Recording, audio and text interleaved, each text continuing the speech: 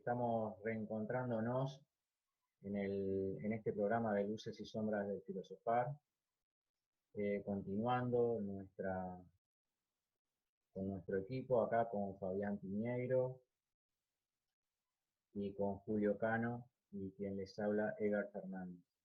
Estamos retomando la conversación que en este formato, un formato virtual, a raíz del contexto sanitario en el cual se encuentra el mundo entero y nosotros también, como parte de ese mundo, y tratando de ajustarnos a ciertos cuidados, de ciertas normas sanitarias. Así que este programa va a ser, este reencuentro va a ser en ese contexto, en el contexto de cada uno de su casa y tratando de armar el diálogo a través de la virtualidad.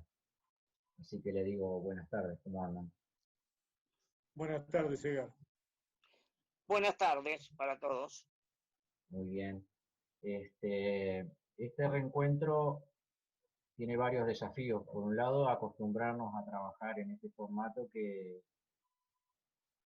para dialogar es arduo, ¿no? Sí. No es sencillo. Por otro lado, tratar de continuar con lo que era el trabajo de Luces y Sombras en cuanto a la reflexión sobre el presente como una forma de orientación en la que veníamos en las temporadas anteriores y que es nuestra intención retomarla hoy. No sé si ustedes consideran necesario, sobre todo pensando que puede haber nueva gente escuchando, ojalá, alguna aclaración respecto a qué significa eso de problematizar el presente o filosofar desde el presente. Y podríamos, con permiso, sí decir algunas palabras al respecto de nuestra orientación, porque filosofar como tal puede hacerse por diversos caminos. Nosotros hemos optado ya en los periodos anteriores de nuestras audiciones por lo que algunos filósofos contemporáneos llaman una filosofía del presente o una ontología del presente, ¿no? De manera que esa característica la vamos a mantener, haciendo que los temas que están en el aire, los temas más agudos, más más problemáticos, precisamente puedan ser problematizados en términos filosóficos y por vía de la reflexión tratar de esclarecernos a nosotros mismos y tratar de esclarecer en algo a aquellos que nos están escuchando y viendo, ¿no? De manera que nuestra opción es por el presente. Y el otro rasgo casi que se impregna con esto es que los temas que tratamos son temas que o son políticos en un sentido amplio o los politizamos nosotros al reflexionar sobre ellos, ¿no? Esa es la otra característica. La nuestra es una reflexión como debe ser para gente comprometida en el Río de la Plata. Es una visión, la nuestra, altamente politizada, no en un sentido partidario, ¿no? Sino estamos ocupados por los problemas de la polis, y no en todo caso, o no inmediatamente por los problemas del universo, o temas metafísicos que pueden ser muy valiosos. No, nosotros optamos por esto otro. ¿Sí, Fabián?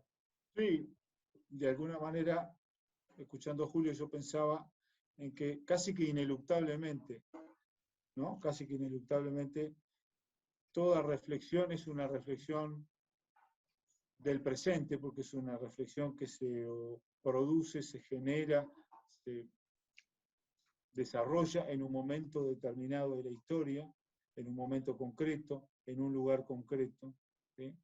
Y creo que toda reflexión humana es, entre otras cosas, política, por nuestra propia condición política, ¿no? Por nuestra propia condición de seres políticos. Estoy pensando en la vieja, clásica y manida definición de Aristóteles, ¿no? Del sum politicum, mi griego muy precario, del hombre como ser político, como esencialmente político. Entonces toda nuestra reflexión toda reflexión humana es un acto político de alguna manera, porque en todo lo que hacemos, así como está la biología, así como está la psicología, así también está la política, ¿no? Son entidades inseparables, ¿no? Y de alguna manera un rasgo del presente quizás no inmediato, pero yo diría una característica del mundo moderno es haber construido o edificado unas fronteras que a veces pueden ser convenientes para cierto ejercicio analítico, pero que en el fondo separan cosas que están ontológicamente muy unidas, ¿no? Sí, yo quería en este recomienzo un poco también fundamentar la necesidad del programa.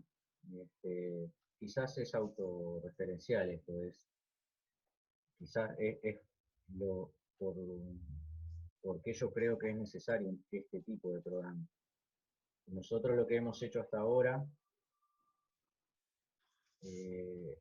ha sido un tipo de programa que no es estrictamente de autor o no es estrictamente de historia, de la filosofía,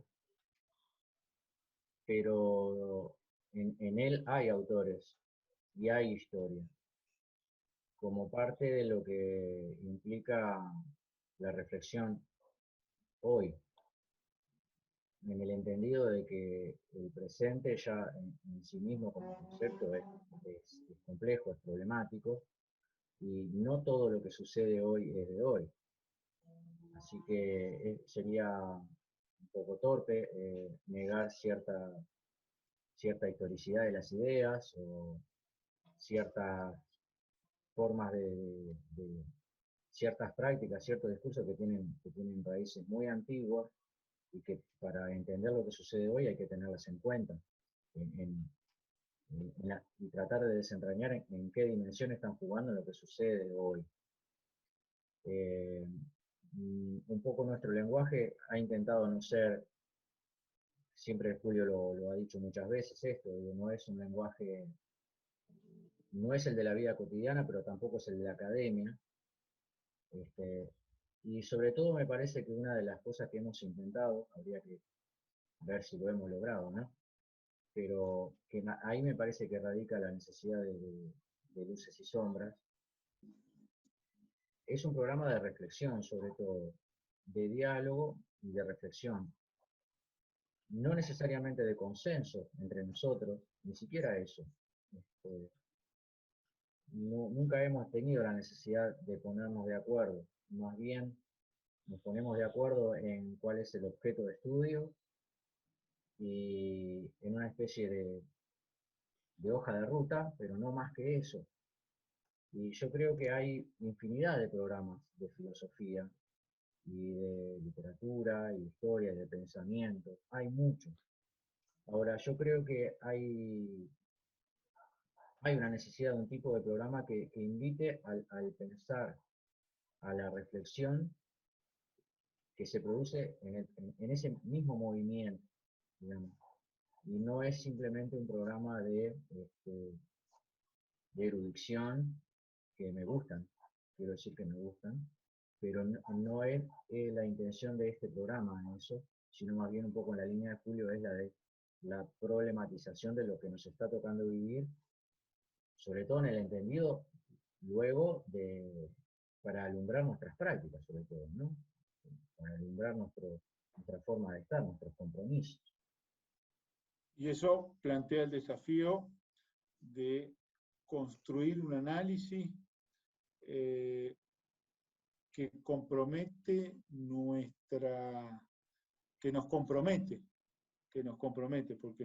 porque en el ejercicio de reflexión que nosotros desarrollamos nos constituye a nosotros como objeto de esa reflexión, ¿no? Y sí, creo que si algo nos caracteriza es el eludir, lo voy a decir en un lenguaje quizá un poco sencillo, un poco fácil, pero eludir lo apodíctico, eludir cualquier forma de dogmatismo, ¿no? Es decir, eludir la presentación acabada de un planteamiento, de una teoría, de una doctrina. Como decía Julio, nuestra intención es abrirle las puertas a la reflexión, ¿no? Y eso implica formular preguntas, pero también implica tratar de ayudar a la definición colectiva de algunas respuestas, ¿no? Creo que cualquiera de nosotros está muy lejos de pensar eso de que el objetivo de la filosofía es plantearse preguntas, ¿no? El objetivo de la filosofía es ayudar a la reflexión y a la comprensión de determinados asuntos. Y eso implica, pues eso tiene pasos, y entre esos pasos está la formulación de preguntas, de buenas preguntas, pero está también el acercamiento colectivo a respuestas. No somos quizá demasiado modestos, pero tampoco suficientemente narcisistas como para creernos capaces de construir respuestas exclusivamente nosotros. Eso es un ejercicio social. Pero creo que respecto de eso que decía Edgar, de la justificación del programa, creo que pasa por la necesidad que sentimos de contribuir a la formulación de algunas respuestas, ¿no? Sí. Con permiso.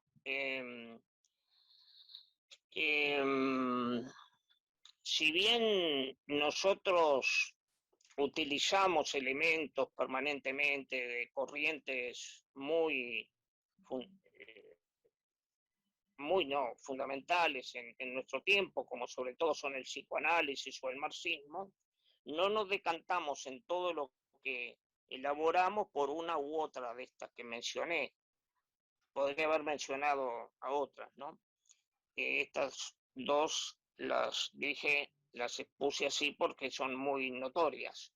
Pero nosotros tratamos entonces de no pensar por sistemas, o sea, no decimos, bueno, estamos en determinada línea del psicoanálisis y sobre su base vamos a enderezar o encaminar lo que planteamos.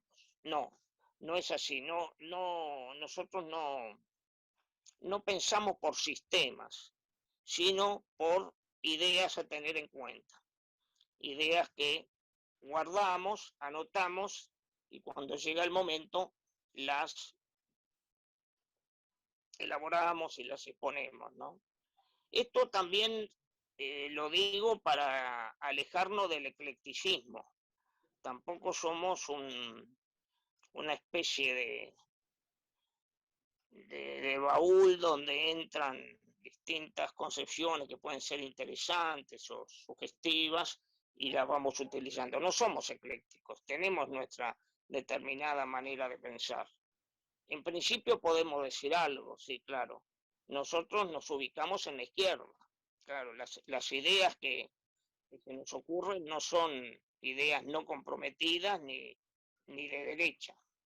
Pero cuando mencioné recién que pensamos por ideas a tener en cuenta y a utilizar cuando veamos que sea necesario hacerlo, por supuesto que estaba pensando en una de las nociones claves de La lógica viva de Bas Ferreira, un libro en sí mismo muy viejo, porque es un libro del 1907, pero que sigue siendo pero muy actual en muchas cosas, ¿no?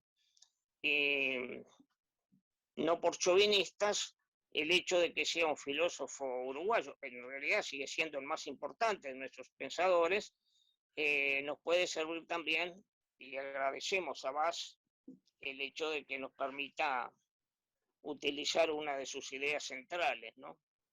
El de tener una serie de ideas que son de distinto núcleo, de distinta fuente, para utilizarlas sin, sin resquemor alguno, ¿no? Y en esa línea, mi segunda parte de la argumentación que va a raíz de, yo diría que de lo que nos enseñó Ortega y Gasset sobre yo soy yo y mis circunstancias. Yo creo que otra de la parte de la fundamentación de un programa reflexivo, filosófico, reflexivo, problematizador, es el propio contexto en el cual estamos inmersos. Y acá me refiero específicamente no solamente al contexto neoliberal, capitalista que ya estaba, sino a los condimentos específicos que introdujo la pandemia, ¿no? La crisis sanitaria en la cual estamos todos padeciendo, ¿no? Y cómo la reflexión filosófica hoy tiene creo yo, una necesidad que es casi que imperiosa para poder entender. Creo que siempre la tuvo, pero me parece que hoy está absolutamente remarcada esa necesidad. Es decir, hoy es necesario la reflexión y es necesario la profundización, es necesario esa trabajosa práctica de liberarnos de los prejuicios cuando en épocas de miedo y en épocas de control, en épocas de encierro, en épocas de, de- de falta de vínculos, ¿no? Sí, de crisis de los vínculos.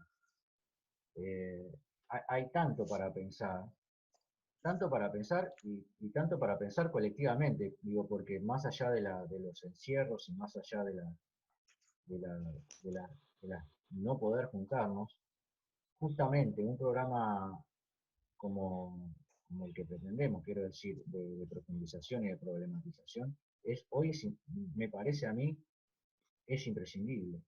Tan imprescindible como podría ser una buena vacuna, que las hay, pero bien, me parece que hay otras vacunas que son del tipo reflexivas, que nos permitan entender nuestro lugar, nuestro presente, es decir, cuál es nuestro papel, qué es lo correcto, cuál es el papel de la ciencia. Me parece que hay tanto el papel del Estado y un largo etcétera acerca de que esta situación nos trajo, de alguna manera nos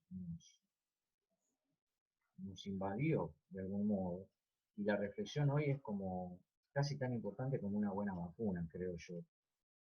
Porque la salud no solamente implica estar bien biológicamente, ¿no? Inmunitariamente, sino yo creo que parte de la salud también es pensar correctamente.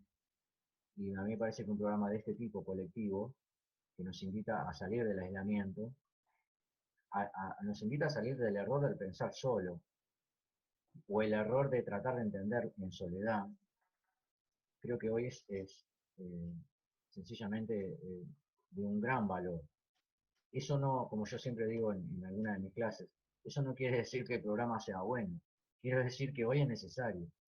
El resultado es otra cosa. Y lo que planteaba Edgar, Sí, o sea, dale, dale, no, Fabián. estaba pensando en algo que en realidad surgió a partir de la intervención tuya, Julio, y después de Edgar, que tiene que ver con la cuestión del diálogo, ¿no? Con la cuestión del diálogo. Y algo que tiene que ver con lo reivindicativo. Si hay algo que yo creo que nosotros hemos hecho siempre durante muchísimos años, es la reivindicación del diálogo. El diálogo como herramienta cognitiva, el diálogo como instrumento epistemológico, ¿ah? El diálogo como arma para producir conocimiento, y también el diálogo como forma de interacción humana, de vínculo humano, ¿no? ¿Ah? El diálogo no se entabla de cualquier manera ni de cualquier forma, requiere una actitud, requiere una forma de relacionamiento humano, ¿eh? No hay diálogo posible entre dominante y dominado, ¿no? El diálogo es una forma de interacción humana, una forma de pensar y de construir la humanidad en la que creo que estamos todos de una forma u otra comprometidos. Estamos de acuerdo que está bastante escaso el diálogo, ¿no? Y sí, y sí. Este no es un tiempo de diálogo, ¿no? Más bien es un tiempo de dominación, ¿no? Es un tiempo donde las lógicas que imperan son las lógicas de la dominación y no las del diálogo. Mucho Y enojo, ese diálogo... mucha bronca. Y esto que decía Julio, ¿no? Es decir, claro que tenemos definiciones, y no dialogamos manipulando de manera desordenada nociones o conceptos, o desde un lugar, si cabe el término, de una pretendida objetividad. Claro que nosotros tenemos definiciones morales, definiciones teóricas, podría decir conceptuales o filosóficas, o orientaciones filosóficas, antropológicas, conceptuales. Pero sí creo que si algo nos ha caracterizado es reivindicar el diálogo al interior de esas mismas visiones que tenemos y con otras, ¿no? La reivindicación del diálogo como herramienta, como forma de interacción. Y yo creo que sí, creo que hoy no hay espacio para el diálogo porque hay control, hay dominación, hay instrumentación del otro. Vivimos en una sociedad donde es imperativo instrumentar al otro, ¿no? Servirnos del otro. Y eso es absolutamente antagónico, antitético con el diálogo, ¿no? El diálogo implica la apertura al otro, ¿no? Y el abrirme yo con el otro. Bien. Y yo creo que ahí sí. Dale. Julio. Sí, a esos bloqueos o a esos intentos de negación del diálogo, yo le agrego lo que veo mucho, sobre todo en la prensa argentina, ¿no? Una política del odio, ¿no? El odio, la furia contra el otro, la otra, que no basta con decir que aquello es patológico para terminar con la cuestión, sino que, ¿cómo le diría? El diálogo, en cuanto se anima a plantear todo, o sea, cuando el diálogo es radical, en el sentido que llega a las raíces y no tiene ningún temor en decir abiertamente todo, eso es muy terapéutico frente al odio, a la negación del otro, ¿no? Así que nosotros, claro, estamos en una militancia en esto, con esta tesitura, ¿no? No es, por más que siempre tengamos un tono calmo y nuestras reuniones no sean de discusiones muy ácidas y áridas, eso no quiere decir que no planteemos las cosas con frontalidad. No quiere decir que no tengamos el coraje de la verdad, ¿no? Yo creo que lo tenemos, sí.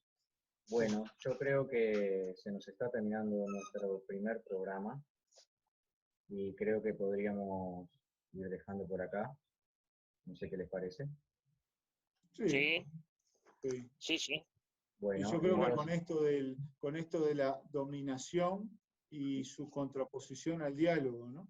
Bien. A mí me quedó haciendo eco esto que decía Julio, y en referencia a la política argentina o a las realidades políticas de nuestras sociedades organizadas o vertebradas en la dominación, ¿no? Sí. Porque en esa virulencia de la discusión, a veces me parece que se está expresando, muchas veces se está expresando, la imposibilidad del diálogo, pero una imposibilidad que surge como consecuencia del establecimiento de vínculos o de relaciones asimétricas de sujetos que de facto, de hecho, le están negando al otro su condición humana, ¿no? Están utilizando al otro, están instrumentalizando al otro. El otro deja de ser un semejante para pasar a ser, perdón, pues suena muy, fuerza de trabajo. o un instrumento de trabajo. Sí. Bien, entonces invitamos a los queridos, iba a decir oyentes, que es la costumbre de La radio. de la tradición de nuestro programa. A nuestros seguidores, a la gente que escucha y que ve Luces y Sombras, bueno, los invitamos al próximo programa que ya retomaremos lo que será más allá de esta presentación, nuestra temática más conceptual, si se quiere.